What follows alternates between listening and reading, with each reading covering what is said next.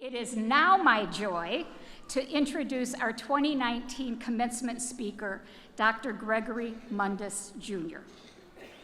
Before Dr. Mundis was a renowned surgeon, he was an MK and a crusader, graduating from Evangel in 1999 and was our 2011 Outstanding Young Alumnus. Today, he makes his home in San Diego with his wife, Leslie, and their 4 beautiful children. He's a graduate of MU's medical school and completed residency training in orthopedic surgery at the University of Oklahoma Health Sciences Center in Oklahoma City. He then went on to complete his spine training at San Diego Spine Fellowship Program in La Jolla. He holds appointments at Scripps Green, Scripps Memorial, and Rady Children's Hospital in San Diego. Dr. Mundis is a spine surgeon specializing in deformities of the cervical, thoracic, and lumbar spine for both pediatric and adult patients. He has extensive training in both minimally invasive spine surgery as well as traditional reconstructive methods. Dr. Mundis is also heavily involved in research and education. He currently is the co-director of the San Diego Spine Fellowships, which trains 2 new spine surgeons every year.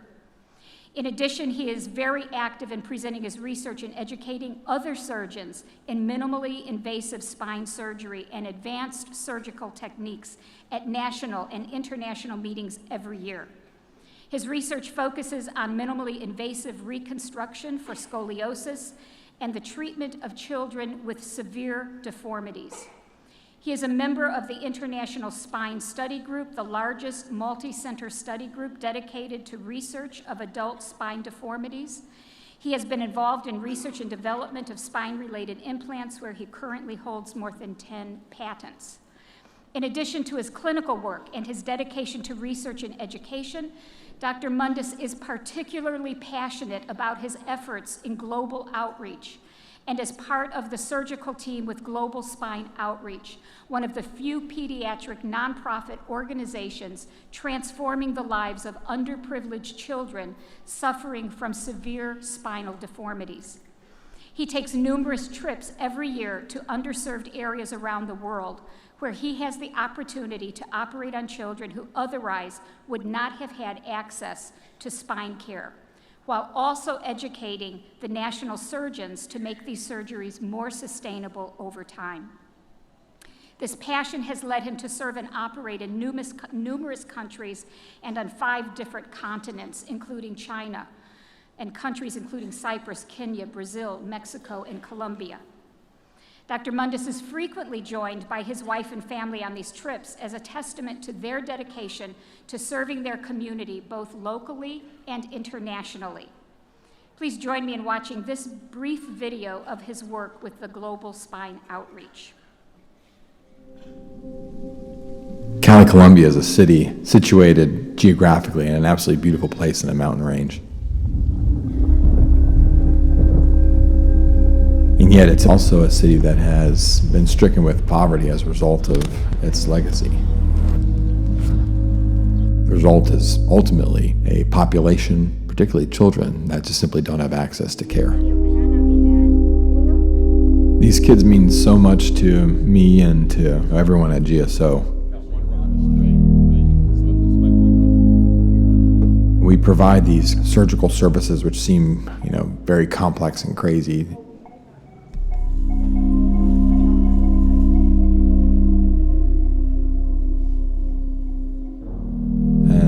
Yeah, that's the one thing that we're providing them physically, but I think spiritually and emotionally we're providing them with hope and love. Building bridges across communities and cultural barriers. I keep going back because there is a lot of kids that still need us. The work's not done. And it's way too important for us to give up on it now.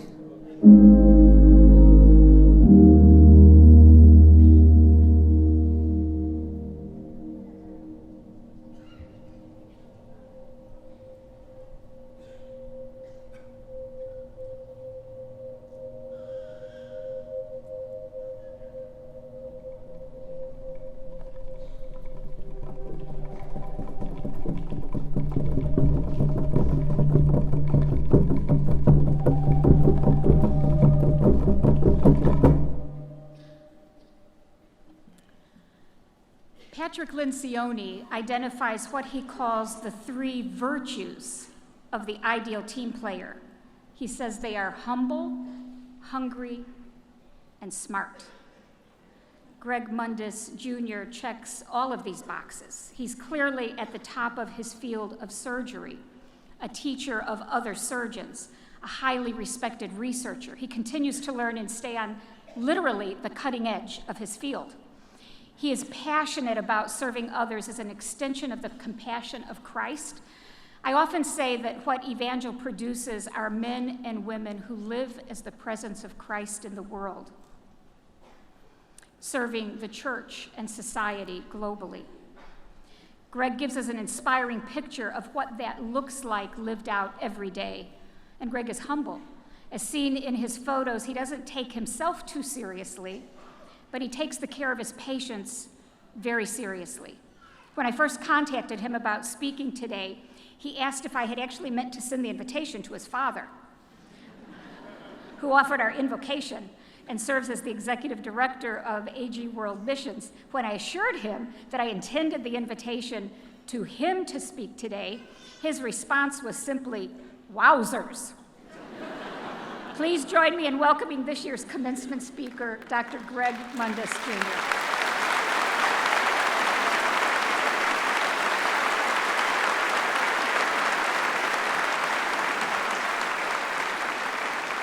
Oh, good morning, Dr. Taylor. Thank you so much. It's hard to believe it's been 20 years, which is really a lifetime in like Mundis years for me right now. That I was sitting right where you guys were sitting right there, and then watching this video is a little bit surreal. So GSO, like you heard, is a nonprofit organization. It's really designed to just help kids get access to care because they live in an impoverished nation where they simply, whether it's by transportation, can't get to where the care is. And actually the bigger problem is that there simply aren't enough people to actually care for these kids. And so we exist mainly to provide access to these kids to get them to where they can get this type of sustaining care that they need for their scoliosis in their spines. Because if they don't go treated, then a lot of times these deformities end up in kids succumbing to their illness at an early age. So as a family, we've sort of adopted this motto, #blessed to bless, and it's something that we've lived by for years, and it's exciting for me to be here because I get to have at least 2/3 of my family here. I got my wife Leslie and my daughter Emery and Grayson. They're my oldest two. The youngest two had to stay at home. I'm not sure which way would have rather been, if you guys rather be there or them rather be here. I'm not sure, but it's awesome to have you guys here. And I know that this blessing really starts in our home. It really happens in the intimacy of the 4 walls of where our home is, and then it expands to intimacy of where our local church is. And we get to serve at Venture Church, which is by far the greatest church plant ever, pastored by Troy Morton. I had to give him a little shout out this morning, who was actually class of 95 at CBC, so now he also is an Evangel grad. I keep telling him that. So. Another person that taught me these lessons is a grad of 1997, Herbert Cooper. Has he ever spoken for you guys here? It's like, let's go, Cooper! He used to get up here and rock this stage. Well, not really this one. It was the one at Evangel, but he's quite the personality. But he always said, you give to get to give again, and it always has to end on giving. It can never end on getting. And we've really adopted this over the years and in our marriage, and it's, like I said, it's just an honor to be here this morning. So class of 2019, your charge this morning is how are you going to demonstrate value in the lives of other people? So again, I remember sitting in those seats and at commencement, and even though it was at a different location, you know, when I'm here this morning, I kind of got a little bit anxious. I was a little like, oh my gosh, I'm going to say to all these people, especially to you, 500 graduating plus. Like that's amazing. This Evangel has grown to not only in size and number, but it's actually grown in depth and in richness. And you can see that just sitting here and like watching you guys. It's phenomenal. But I got a little bit anxious about like, what am I supposed to share with you guys? Like, what do I have to say about anything? And I actually took great comfort in this one fact. Like, I have no idea what was said at commencement, and I have no idea who said it. So basically, I have free reign to do whatever the heck I want because you guys are going to remember it anyways. So here I am. I'm going to give it to you. Now, I know it's not about me this morning, but I am going to take a minute just to reflect a little bit on my time here because I get to do that. It was really a huge inflection point in my life. I grew up as an NK. I lived in Vienna, Austria, and then we came over to the U.S. And so I moved. My sister was already here. She's class of 97. And so she was here. At least I had an anchor in her, but my folks were actually not here. And so it was an inflection point in me understanding who I am as an individual. You know, this is really where my knowledge base was established. It's also where my faith was challenged, where my beliefs got to be molded, where my family started, and certainly where my career launched. And I just out of curiosity, anybody here from class of 99? I know I got one over here in Leslie. Anyways, we were like the original Evangel University, right? Because we were the first class ever, and it's pretty awesome. I remember Dr. Tosh, you were one of my favorite professors. Oh my gosh. I remember so much calculus, you'd be surprised. And I was actually surprised that you got that award, because I thought you were going to get the young professor award. But congratulations.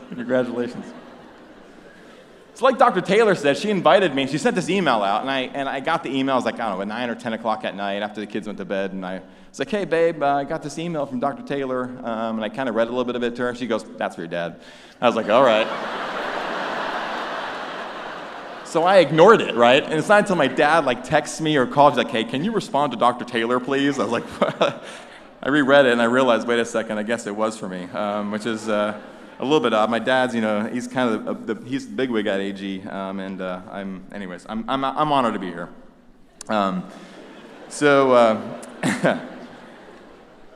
Pre-med, anybody in pre-med here? All right, can you guys stand up? Let's go. All of you pre-medders. All right. That's right. Let's go.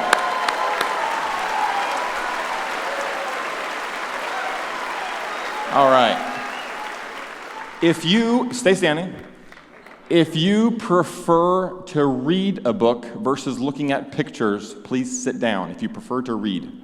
If you prefer pictures, stand up. All right. There's your class. So that's going to be orthopedic surgeons right there. Because we do not like to read, let me tell you. It is all about pictures.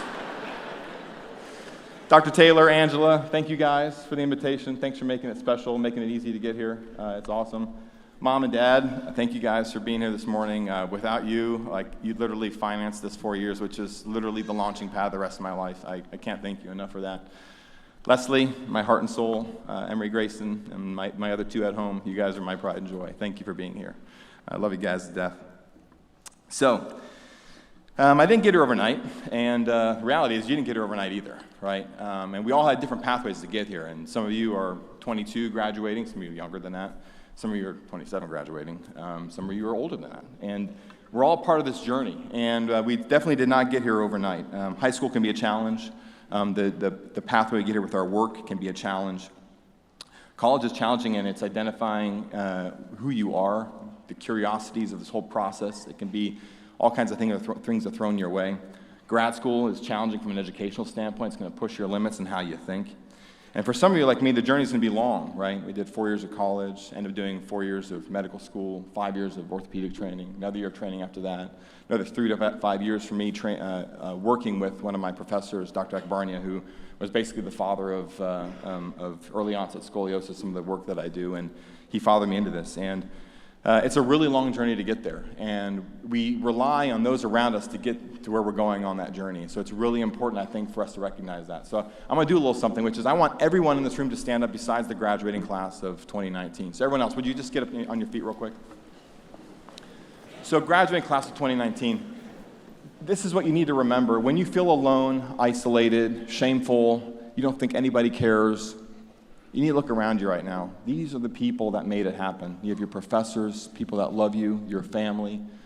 These are the people that made this whole thing possible. And I want you guys to take a minute and just give these guys a round of applause because they're literally the wings that you're flying on. Thank you, everybody, for what you do. Now, class of 2019, let's have you stand up as well. Now, I need a loud hoot and holler, and as loud as you can get. Everybody clap your hands and scream. The loudest James River has ever heard. And I want John Little to be amazed. I got to have this guy come back because this is loud. Let's go. Woo! Let's go, EU! All right.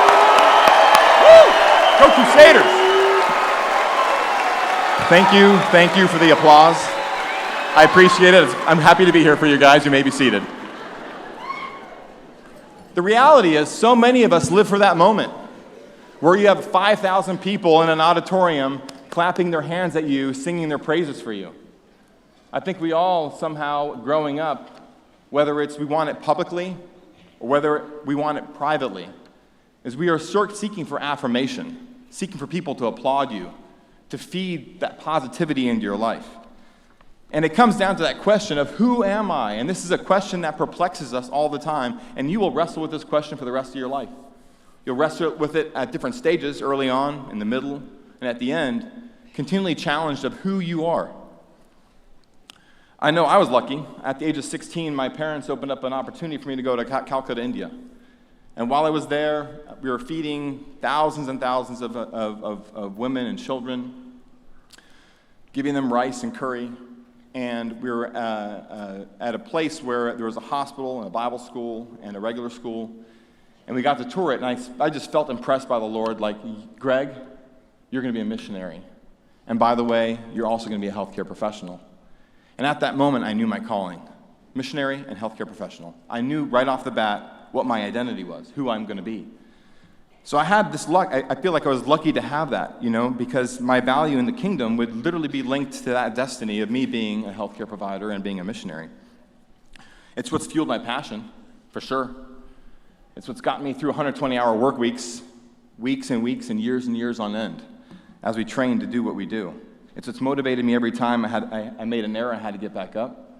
And it's what motivated me when I had to miss my kids' soccer games. I'm sorry, not really soccer so much, but basketball, volleyball, tournaments that I don't get to go to. It's this understanding of this passion that God has given me that's his calling. And it's what's energized me even through 4 pregnancies. Sorry, Leslie, to take the credit, but it is what it is. So I'm going to show you an x-ray here. This is Howard. So Howard is 25, I believe, and he was working on the job, and he was taking a TV from a truck, put it on a forklift because it was high up, and they're going to put the forklift down and take it off. So he puts the TV on the forklift, hops up the truck, and all of a sudden the TV comes crashing down onto his head. And he fractures the C5 vertebrae, what you can see here, and on the right one you can see this free-floating fragment that's sticking in towards the spinal cord. And on the next view, you'll see that there's an MRI, and this poor guy was crushing his spinal cord. And basically what happened is, when that TV hit him, he was immediately paralyzed. No feeling in his arms or legs, and no ability to move them. So he's sitting there flaccid, and his brother was actually handling the forklift. So this poor kid is rushed to Scripps, the emergency room where I work, and within a very short period of time, the trauma surgeon sees him, gets on the phone, calls me. I said, let's mobilize the troops, we wanted the CTs and MRIs ordered like I just showed you. And then we said, let's get the operating room going. They get in there, they make sure everything's open and sterile and ready to go, and we get them fast as humanly possible into the operating room. And there, within about 4 hours from the time of his injury, we were able to get the pressure off his spinal cord. And I remember sitting there looking in this man's eyes as he's going to sleep and telling him that I'm not sure if you're ever going to regain the function of your arms or legs again, but we're going to do our darndest to help you out. And that's a weird feeling to have to tell someone that their future is completely different than it was 4 hours earlier. They were walking, they had hopes in the future of having a family, a wife, kids, those kind of things. And the way you mentally prepare yourself for that life, in literally a flash, is completely gone. Everything changed for that guy.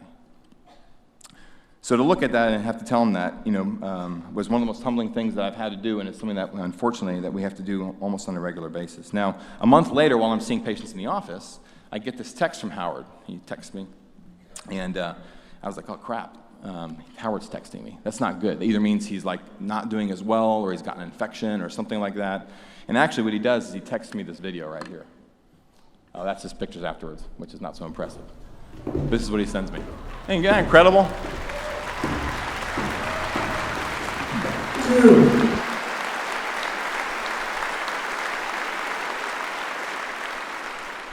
So the tears he had going to sleep were replaced by these tears of joy of knowing that those dreams and hopes that he had are now reset to something that he can imagine again. And he's out at Craig Hospital and Rehab Hospital in Denver, and they're doing an amazing job with him.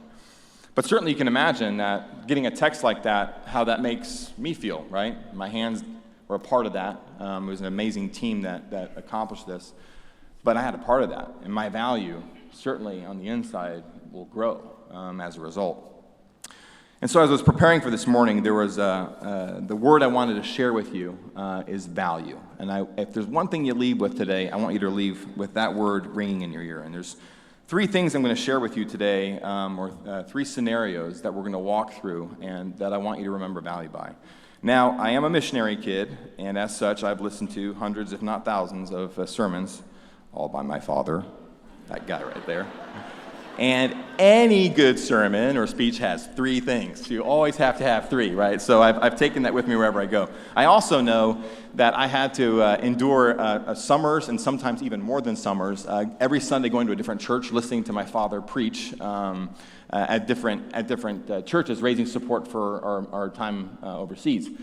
And Holly, my sister, class of 97, we would get bored in these. I mean, I'm sorry, Dad, I know they were amazing sermons, but we'd get bored listening to this thing over and over. It's like the same sermon, and we see everybody else get excited. We're like, guys, haven't you heard this before? So we would count, one year, your theme was hope. Do you remember that? Holy cow. He said hope. The max time that we counted, Holly and I counted 113 times he said hope in one sermon. Mind you, he preached for an hour and a half, but still. So I'm going to say value 114 times in honor of my father this morning. So I'm a doctor, surgeon, and you may have seen us kind of wandering around hospitals. We have these little white coats on, right? And the white coat is interesting. It's a representative of our identity, of who we are. It's some way it's social stature or even income, right? You see a guy walking with a white coat, you automatically are assuming success or something along those lines. And for you guys today, we're going to symbolically talk about this white coat, okay? But my white coat for me is a representation of this profession, the one I've chosen. But the white coat for you is going to be different, right? We got people in here that are going to go into art or into music. We have engineers. We have guys that are going to matriculate into being lawyers and attorneys. We have people that are going to be clergy. They're going to be pastors and taking care of kids. The breadth of what you guys are going to be doing here is going to be very, very broad. And so when I speak of this white coat this morning, I want you in your mind to replace whatever it is that God's called you to do, whatever dream that you're currently chasing. That's what the white coat is going to represent this morning. I left Springfield for Columbia, Missouri, newly married. And my first day in medical school, what they do is very similar to what you guys are doing here. And the dean of the medical school actually calls you up, and you come up, and they don you with the white coat. And so the first point today is you put your coat on, okay? You put your coat on. Mark Brady, who's an ER physician here in Springfield, Missouri, when I was working with him, I remember him going to some clinics, actually, that he did on his own out in the country. And him challenging me, he said, Greg, society is about to invest in you in a tremendous amount of time, of energy, and effort. What are you going to do with what you've been given? And this is something that I have been wrestling with ever since he challenged me this way. What are you going to do? Well, in some ways, I kind of already knew, right? I was going to be a doctor, and I was going to be a missionary. God's calling on my life was pretty darn clear, and I was very motivated to make sure that happened. So my sense of value and this zeal really got to come together early on in our practice when we got to go to Africa. And we would go there about every 6 to 12 months. We had set up a program. They were running missions for adults, but then we also started a mission for children. That's the one that Leslie and I were most interested in. And it was really at this point where I got to understand this collision between the missionary calling and this calling to be a physician. And so this is Mercy. This is on our third or fourth mission while we're there. Mercy is a little precious girl. She's 6 years old. And I met her on a Wednesday. And we always do clinic on Sunday, so meeting this girl on a Wednesday was a little bit odd in that Leslie and I, we were done in the operating room, so we were walking down the hallways in Kenyatta Hospital, and they sectioned off a whole area for the ward, and it really looked more like a MASH scene than it looked like a hospital ward. It was like literally cots and maybe some ruffled curtains to separate the cots. And it was just a huge room just full of these lined up, and it was only the spine patients for the mission that were there. Both patients that were going to have surgery and those that already had surgery. They just kind of mixed them all together. And there was a nurse and then an aide to take care of 20 to 24 patients. It's a huge undertaking for this group. So as we're walking into this ward, I feel a hand sort of grab my forearm, and is actually Mercy's mom. And interestingly, Mercy was actually on the back of her mom at the time, which is odd because she's 6 years old. And she had this like handcrafted Baby Bjorn thing going on. I wasn't sure how they did it, but it like worked. And we were kind of wondering like, why is Mercy in this thing? And she started telling us her story. And that a year ago, she was still walking and playing, but over the last year, she'd lost function of her legs. And to the point where she's only wiggling her toes anymore. So we examined her quickly and found that she has a congenitally dislocated spine, where the spine was being compressed by a piece of bone that was dislocated from birth on. It just, as things developed, it has now been impinging on her spinal cord. So we talked and we said, we got to make arrangements because this is horrible. Because this girl really has no hope in the future in Africa, where like literally you got to have your legs. If you're out in the bush and you don't have your legs, you're basically worthless. And so we said, we got to do something. We can't leave her this way. And so we canceled the surgeries for the next day, got her ready. And we went into the operating room the next day. I worked with a phenomenal surgeon by the name of Serena who's out at Stanford. She's amazing. We did this really, really awesome surgery. It went great. We high-fived each other, and happy to say everything went extremely well. So, interestingly enough, though, is one thing I know, and we can actually show her X-rays if you want. We were able to straighten her out real nice, and everything got good right there. There we go. Thank you so much. So I already showed that, I guess. So she's all fixed up at that point. So the one thing I've learned in life is that, in general, I think we'll all agree in this room that life gets really messy, no matter what. We try to avoid it as best we can, but holy cow, it always gets messy. We get torn in so many different ways, right? We're juggling relationships, we're juggling family, we're juggling our jobs. We can lose jobs, we can get new jobs, we might find poverty and have to go declare bankruptcy, or you might find amazing success, but the topsy-turvy nature of our lives makes it really messy, and that uncertainty of tomorrow can really provide a lot of anxiety as well. So my intro sounded pretty good, Dr. Taylor, thank you for that. It's weird hearing things about yourself, but the interesting thing is that you're probably not privy to the mess or the cost of the successes along the way. And some of these successes were birthed from a frame of mind of trying to find out what my real value in this world was. And there's a true emotional and spiritual and physical cost as a price I had to pay for those successes. I know one of two things. If I'm responsible for my value, then I know that value creation can only happen in one of two ways. One is for me to diminish your value, make me look better. That's relative value. It's not really absolute value. The other way is to hustle my butt off, to work hard and to do it, to increase your value in your community. And that certainly has been my mantra, is to work as hard as you can. So Mercy's story is what taught me more about mess, probably more than I really wanted to. I'm in a foreign country. I'm thousands of miles from my home hospital. I don't have the physicians at my side that I'm used to support us along the way. Things are tough. Her surgery went really well, but the next morning we went on rounds. I go to the ICU to find her, and she's not in the ICU. I said, why is she not in the ICU? That's odd. And we found out that they didn't have room, apparently, which was not what was agreed upon prior to doing the operation. So we go to the ward, and sure enough, all the way at the end of that MASH hall, we go and we see Mercy at the very end, and seeing a little bit of frenzy happening back there as one of the physicians that was on call overnight was actually at her bedside. And there was Mercy breathing about 60 times a minute, drowning in her own fluids. And the feeling of desperation was just absolutely palpable coming from her eyes. You could tell that she was just so scared. And I know that complications happen in life, but man, this one hurt hard, because I'm in a country where we're trying to provide help, and we're having a problem with a child that really has absolutely no control over this. I know complications happen in life, right?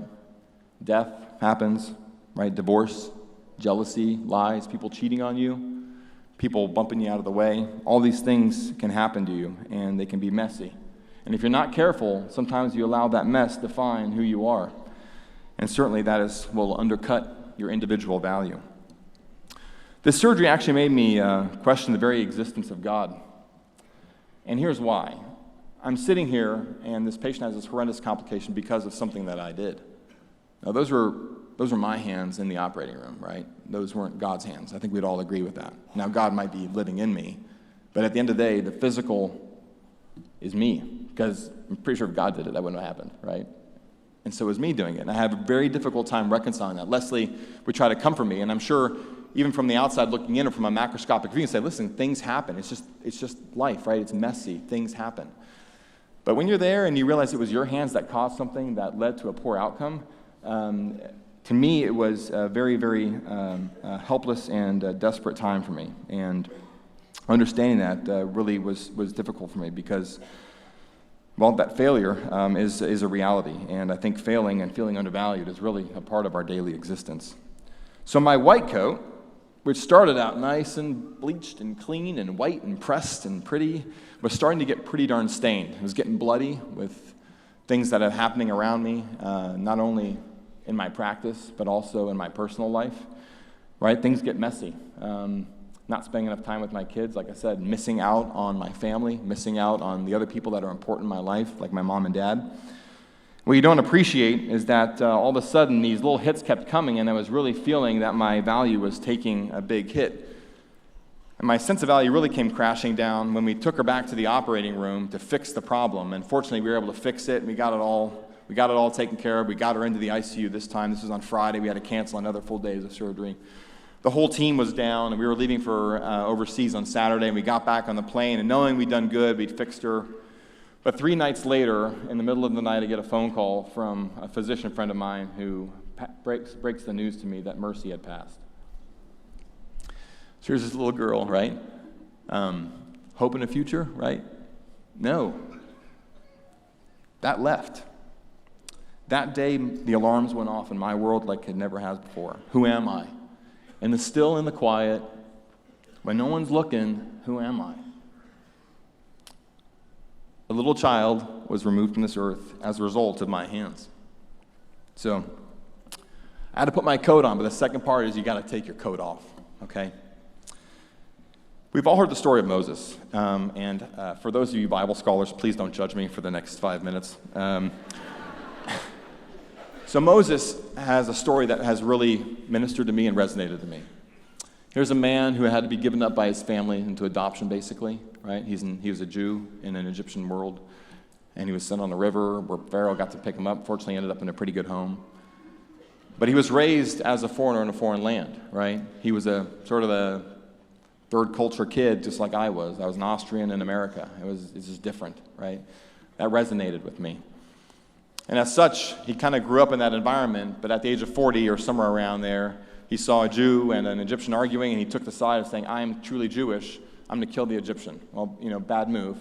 And interestingly enough, I sort of felt like that with Mercy. I felt like I was part of taking that life away as well. And I'll tell you, when something like that happens, whatever the complication is in your world, a lot of us tend to run away, right? And that's what Moses did. He ran away. And he started a different life somewhere else, right? He became a shepherd. He met a wonderful man. He married that gentleman's daughter. He became a shepherd. And his staff ended up becoming his identity, much like my white coat has become mine. It became his sphere of influence. It became his source of income as he shepherded this flock. And it wasn't until he ran into that burning bush, sort of random, right, that God entered his life and said, listen, what the heck is going on? And by the way, I need you. I need you. And he's like, who am I? I got nothing. I can't speak. I have limited talents. I ran away.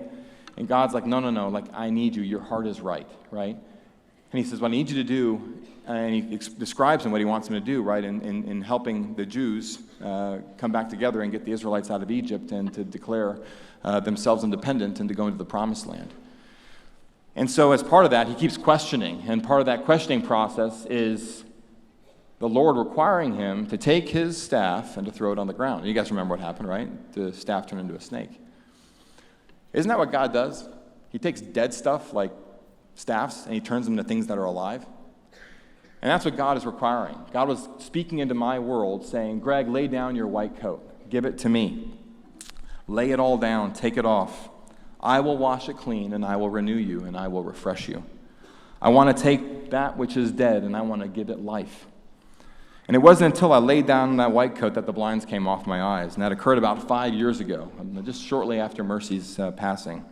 In the quiet of our home in San Diego, I remember sitting with Leslie in my bedroom and just really breaking down. And it was a moment where I really literally felt the Lord peeling this layer off of me. And it wasn't just my physical white coat, but what I'd been putting on. And really, it felt like a wetsuit. I don't know if you guys ever surfed or I've been in a wetsuit, but that thing clenches tight to your skin and it's hard to get off. But that's really what it felt like as I was wrestling that night to remove that from me. And when I took it off, man, there was no shame. It was incredible. And for the first time, I felt I could breathe again. And I looked exactly the way that he wanted me to. So I have a much better understanding of who I am. I understand that listening to the world tell me who I am is a bit like looking into a shattered mirror, right? It's a mosaic. It's what Facebook says, how many likes you have, how many people say nice things about you, and you build your self-worth not only on what's happening there, but on what the people to your left and to your right are saying about you, what your mom or dad say, those that you love and trust. All these little pieces we take together, and we build this mirror, and then we try to see our reflection in it to see what we look at. The problem is it's broken, right? So when you make adjustments in your world to look better, when you go back into look in the broken mirror, it's still your same broken self. Not until that moment that I realized that God has a whole different mirror for me, right? One that is pure, it's not broken, and it's a reflection of Him, because that's how He created us, right? In His image. And that's exactly what He has for you today, Lord, to feel the value of who you are. So much of history, in my history at least, has been this piecemeal of my identity, putting things together, and you heard a laundry list of them. And that was me searching for a way to get my mirror to look as good as possible so I could see that reflection. And the reality is, it was no good. So my final thing for you is to put your coat back on, all right? So we've taken it off. We've put it on, we've taken it off, we're going to put it back on. So honestly, it's not until you lay your white coat down, until you surrender your staff, right, that you are able to do what God has truly asked of you, to pick it up again. He's not washing this coat clean so that you can leave it for someone else. What would be the point of that? He's washing it for you to pick up. So when you pick up your coat again, you have to realize it's not the coat that defines you, but rather the coat is not your value, but it's rather God's perception of you being unwavering. So who am I, you ask? Well, let me answer that question for you because I know the answer to it now, at least in part. I'll tell you one thing, you're not a mistake, right? You're not a disappointment. I can guarantee you that. The Bible tells us that He knew us before we were in our mother's womb. He had a plan for you before you were even created. God made you to love you, and He made you to have communion with. He made you for relationship. But like any relationship, that requires equal consent. He has to love you, but He has to allow you to choose to love Him back. That is the basic premise of what we believe. And it's not until you understand that and until you accept that really you can truly understand who you are in that still, quiet place in your home. He also didn't create you for like 70 or 80 years on this earth, sometimes 90 or 100. How short-sighted of God to create the creator of all the universe to make you for 70 years or 80 years or 90 years, right? No. He created you for eternity, which means your time here on earth is probably the equivalent of kindergarten, right? This is the foundation of your future, right? Our lives here are literally building upon what our souls are going to be doing for the rest of our lives. Take that to heart.